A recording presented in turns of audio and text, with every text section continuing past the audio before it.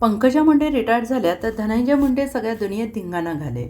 मनोज जरांगे यांचा हल्लाबोल. भाजप नेत्या तथा मंत्री पंकजा मुंडे यांनी राजकारणातून निवृत्त होण्याबाबत केलेल्या वक्तव्यानंतर राज्याच्या राजकीय वर्तुळात चर्चांना उधाण आलेलं आहे. त्यांच्या या वक्तव्यावर मराठा आंदोलक मनोज जरांगे पाटील यांनी प्रतिक्रिया देताना राष्ट्रवादी काँग्रेसचे आमदार धनंजय मुंडे यांच्यावर गंभीर आरोप करत जोरदार टीका केली. यावेळी त्यांनी धनंजय मुंडेंना थेट इशारा दिला.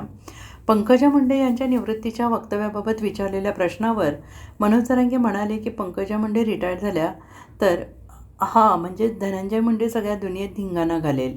वारसाच मोडला मग दिवंगत नेते गोपीनाथ मुंडे साहेबांचा वारसा चालवण्याची हिंमत पंकजा मुंडे हिच्याकडे आहे. खूप गरिबीतली जात त्यांनी वर काढलेली आहे आणि जर या बाजूला गेल्या तर ती जात पूर्णपणे जेलमध्ये घालेल. गोरगरिबांना अन्नापासून वंचित करेल अशी टीका त्यांनी धनंजय मुंडे यांच्यावर केलेली आहे. आणि त्यानंतर जरांगे यांनी धनंजय मुंडे यांच्यावर गंभीर आरोप करत म्हणालेत, यापुढे मराठ्यांच्या नादी लागायचं नाही, मराठ्यांसोबत मारामारी बंद, नाही तर मी पठ्ठ्या आहे, 2 ते 3 वेळा तुला वाचवलं, नाही तर तुला मध्ये घालेन आणि माझ्या हत्येच्या कटात 100% तू आहेस, मला मात्र तुला वाचवलं आहे. त्यानंतर त्यांनी आणखीन एक गंभीर दावा केला आहे, माझ्या घातपाताच्या प्रकरणात तू आहेस. मुख्यमंत्री देवेंद्र फडणवीस, दिवंगत उपमुख्यमंत्री अजित पवार आणि शुक्ला यांना घेऊन बसलास, तिथे तुला वाचवलं. तो सगळा डाटा फडणवीसांकडे आहे, तो कधी पण बाहेर येऊ शकतो, हे मी जबाबदारीने बोलत आहे, असंही त्यांनी म्हटलेलं आहे. मनोज जरांगे यांनी पुढे म्हटलं आहे की तू पाप करायचं बंद केलं आणि मराठ्यांना त्रास देणं बंद केलं तर काहीतरी होईल, नाही तर तुझे वाईट दिवस येणार, चांगले दिवस येणार नाहीत. कायदा सुव्यवस्था म्हटलं की आपलंच लफडं आहे हे त्याला कळलं. पत्रकारांना बोलू देत नाही याचा अर्थ म्होरक्याच तो आहे. बीड जिल्ह्यातील कायदा सुव्यवस्था बिघडवणारा म्होरक्या तो आहे. मराठा आणि ओबीसीमधलं प्रेम तोडायला धन्या कारणीभूत तू आहेस. कितीही खळ्या खणल्या तरी तुला माती काढू देत नाही. मी सल्ला देणारा कोण, त्यांचं ते दोघं ठरवते, पण मला जे वाटतं ते माझ्या पोटात जे येते तेच खरं बोलतं.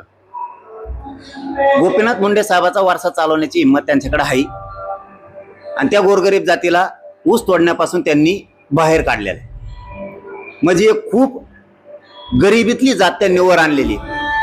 जर ती जात त्यांनी माघार घेतली आणि याच्या का हातात गेली, ती जात पुरी जेलात घालेली, गोरगरिबांना अन्नापासून वंचित करेल.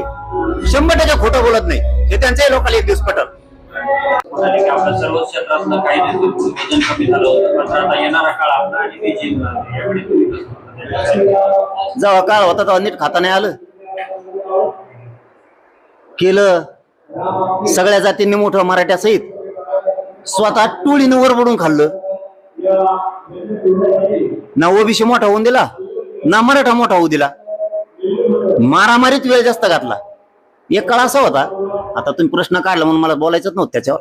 एक काळ असा होता, ते विरोधी पक्ष नेता होता बघा, तेव्हा ते असं आरडायचं, लोकांच्या मनामनात जाऊन बसलं होतं ते की ह्यो जातीवादी माणूस वाटत नाही, ह्यो गोरगरीब सगळ्या जातीसाठी लढणार आहे. पण ज्यावेळेस याला मराठ्यांनी आणि सगळ्यांनी मिळून निवडून दिलं ना, त्यावेळेस याची नियत खराब झाली आणि टोळीच्या माग सगळी यांनी मंत्र्याची ताकद उभा केली आणि मग ते करायला लागले खून, मग मागा लागले खंडाण्या. आधीच त्याचा जो लोकांचा बघण्याचा दृष्टिकोन होता ना, त्याच्यातली पोटतिडकी लोकांच्या लक्षात आली. आता उपरती येऊन काय उपयोग आहे का? सगळी लाज गेल्यावर. आता जर तू म्हणत असेल मला याचा कटाळा आला, मला पश्चातापाचा आला, मला अमकच झालं, आता मग वजनच कमी झालं, मग अमकच झालं, तो या हाताने तो वाटोळ करून घेतलंय सगळं. आणखीन तरी तुला सांगतो, तू शहाणा होय, तू मराठीच्या नादी लागू नको. आणखीन बी तो हातून वेळ गेलेली. तू जितका मराठीच्या नादी लागशील तितका तू राजकारणातून संपणार आहे कायमचा.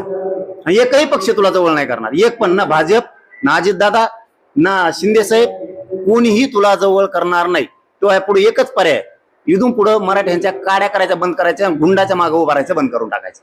Bureau report, SBN Marathi, Jalna.